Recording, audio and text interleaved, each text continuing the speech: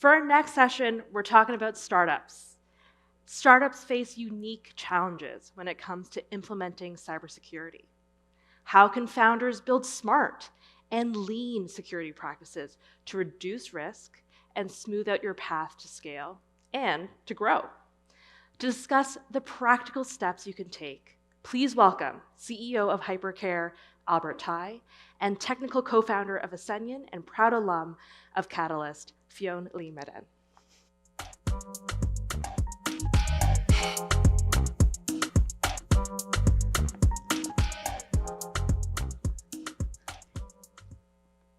Awesome. Thanks, everyone. I think starting off, I'm really excited for this conversation because as startups, it's quite challenging navigating cyber and privacy. I think loving to start off a conversation with you, Fion, about what's your definition of privacy versus security? For me, and I think for a lot of startups, data is about the individual rights of access to the data or how the company is using my data. Security, on the other hand, yes, it touches upon the security of the data, but it's also systems, applications that you're building or you're using as a consumer. What's the security around those?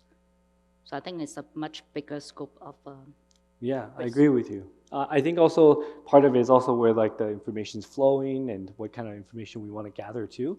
I guess what are some of the privacy and security frameworks and certificates that startups should be thinking about getting, and the differences between that? Like ourselves, we had to go through a privacy impact assessment, a threat risk assessment, a SOC 2. And so what other frameworks are there out there as well to consider? Yeah, so I think when you ask that question, right, it really depends on what industry your target customers are in. So if you're in regulated industries like financial services, healthcare, then there's definitely a lot of additional requirements that you need to consider from day one, even before you start your company. Yeah. So for these regulated industry, I would say on the healthcare side, Canada, we have our PIPEDA, Personal Information Protection Act, right? And then similar thing in US is HIPAA. Yeah. But in general, if you're thinking about data assessment, you have to make sure you're essentially GDPR compliant because that's considered the gold standard for data privacy around the world. So if you're GDPR compliant, then you're probably good for majority of the world. From the security side, I find it more varied. The typical one we see in the startup stage when you go through B2B procurement particular, right? People ask for your SOC 2 Type 2 certificate, your ISO or your ISO 27001. And those are the typical certificate you can get. And the good news for startups in Canada is that some of the funding, government funding actually does cover some of those costs. Awesome, that's great to hear that. And I think between type 1 and type 2, I think it might be really interesting to kind of just like give a background, I think, for the folks, the difference.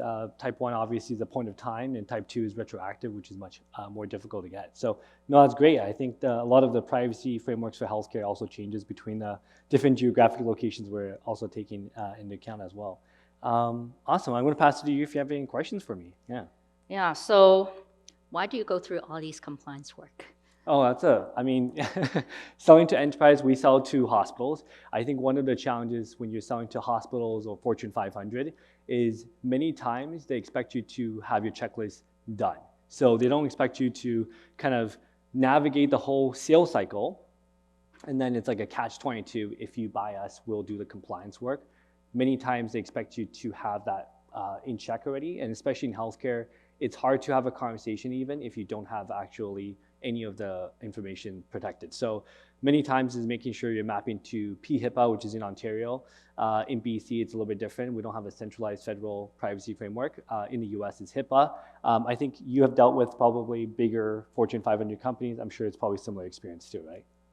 Yeah. Yes and no. Surprisingly, the bigger the enterprise, the more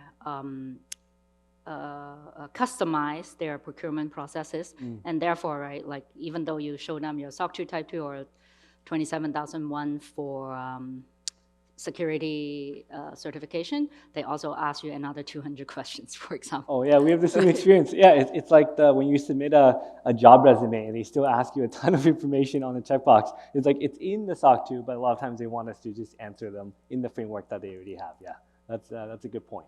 I guess one of the questions is, I guess for startups, how do they navigate compliance? Because obviously we're resource strapped and we're both run startups, so we understand that.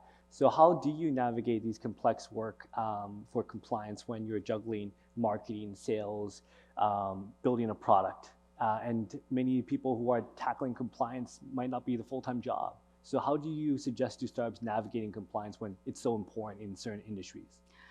It really depends on your team, the composition of your team. You have to find someone in the team that is, love paperwork, essentially. So good thing for me and bad thing for me is that I actually love paperwork. I love filing taxes, which may be not a usual thing. But like going through the security requirements, the privacy requirement, procure requirement is like filing taxes. There's like a list of things you must have. Yeah. And you better gather all the evidence to show that you have done this correctly, right? So all of that combined just means it's a lot of tedious documentation, paperwork, and you just have to go through them line by line, one item at a time.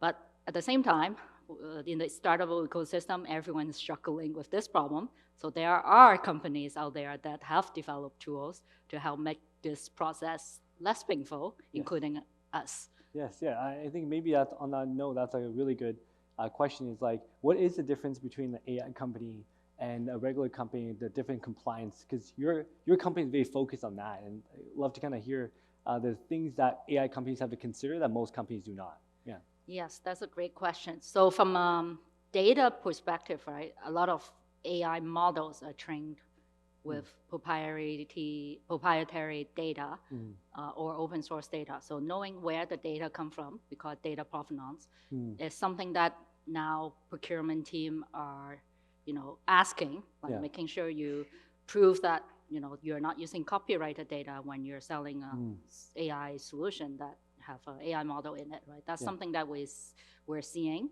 from the procurement side, especially doing B2B sales, because once you use some data that is copyrighted, it's really hard to untrain, right? The only option really is to stop selling this or risk getting sued. From the security side, especially with generative AI models, I don't think a lot of procurement team has catch on like how do you do procurement on AI tools in terms of security, right? So they still ask you for your 27001 or your SOC 2 Type 2. From our experience and our expertise in this domain is really that the 27001 doesn't cover the type of security risk that AI applications and system can cause, like especially with generative AI, right? So a lot of the traditional cybersecurity controls is trying to secure the system itself, make sure people have role-based access, not accessing the data that they're not supposed to access, for example, right? But with AI, and thanks to ChatGPT, now everyone understood, AI can generate anything you want with ChatGPT. So securing the output of these AI system become a new thing, right? That the industry is grappling with essentially. So do you have proof that you've done proper red teaming, for example, is something we're beginning to see the more mature, the Fortune 500 companies start asking their vendors, their AI vendors. Yeah. Well, that's a good point. And I guess on question on that, do you feel like SOC 2 covers a better job on the AI portion? Because you mentioned ISO 27001 doesn't do a great job. And I think for at least many companies that tackle Fortune 500, I feel like 27001, at least in my own experience, and let me know if it's incorrect in yours, is that if you have a SOC 2 Type 2, it's not as important to get 27001 and vice versa. So I guess on that portion around AI specifically, do you feel like SOC 2 does a better job than 27001, or like we just have to kind of create a new framework for this? My opinion is the later, and I think that's the industry opinion also, because there's actually now a standard called ISO 42001, Oh, wow. which is modeled after the 27001. It stands for Management System for AI. It's the world's first standard for AI governance, risk, and compliance. So that part covers specifically around the risk of AI, including security risk for AI. And then there's actually a whole bunch of technical standards being developed right now, specifically dealing with how do you test AI systems. So the smart people in the industry are definitely working on filling this gap, and we're part of this ecosystem. That's incredible. I guess maybe on the note around navigating compliance again as a startup and going back to that, I think for us, like we struggled to kind of, even though I know you like paperwork and filing taxes, I think not only that was also the resources required to navigate it and then the cost around it too. Like SOC 2 itself is very, very expensive. And so I guess what do you suggest to startups into navigating the financial resources when you're like thinking about an engineer versus you go through a SOC 2, not only on top of the resources you have to commit, from a human perspective, also the financial perspective? No, that's a great question. But before I answer that question, tell us, how much did you spend? Oh, for SOC 2? Oh, the type 1, we spent about, I think, $20,000 or so. We also picked up a software system that makes it easier. Prior to, actually, that's actually the type 2. Type 1, we had to do with spreadsheets. This is before a lot of like the systems came out that kind of checked all your infrastructure and then helped you, a nicer platform to upload evidence. Back then, it was very much Excel spreadsheets, sending you evidence as screenshots to the auditor, and then the auditor saying yes or no. And obviously, type 1s are easier because of point of time, but there's a lot of back and forth and a lot of email chains with Excel spreadsheets. And we also did a privacy impact assessment. I think that was around $10,000, and then threat risk assessment as well. So there's a lot of cost that adds up, and that's why I was wondering, from your perspective, how do startups navigate that?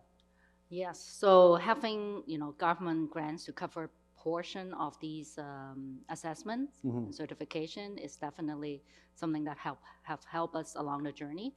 And part of it also, like, can you use SHRED credit, for example, to cover some of the resources that you use to do the research on these or fixing some of these security issues that you might find during this process, right? All of that combined can be helpful.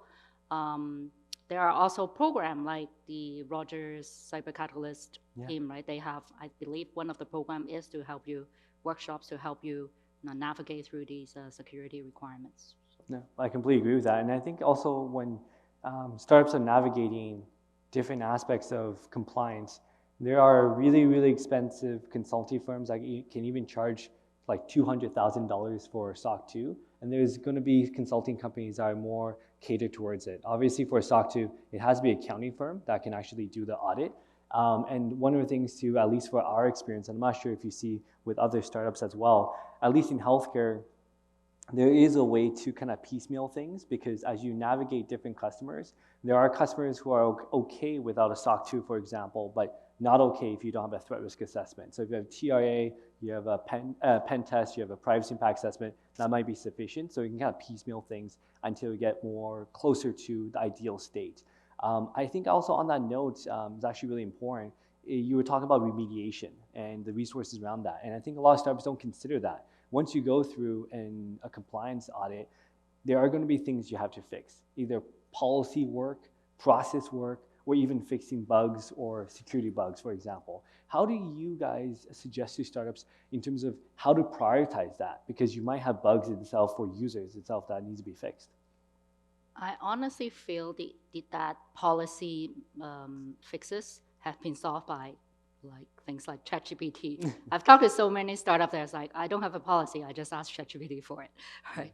So as long as you actually understand what ChatGPT produced in the policy, there's nothing wrong with that, right? Yeah. So we have lawyers in-house that review what ChatGPT produced, right? Yeah. And because SOC 2, Type 2, and 27001 have been around for over 10 years now, so it has a lot of data to get the right information output. So I would say that's the startup way of lowering costs and remediate some of the policy side of the issue.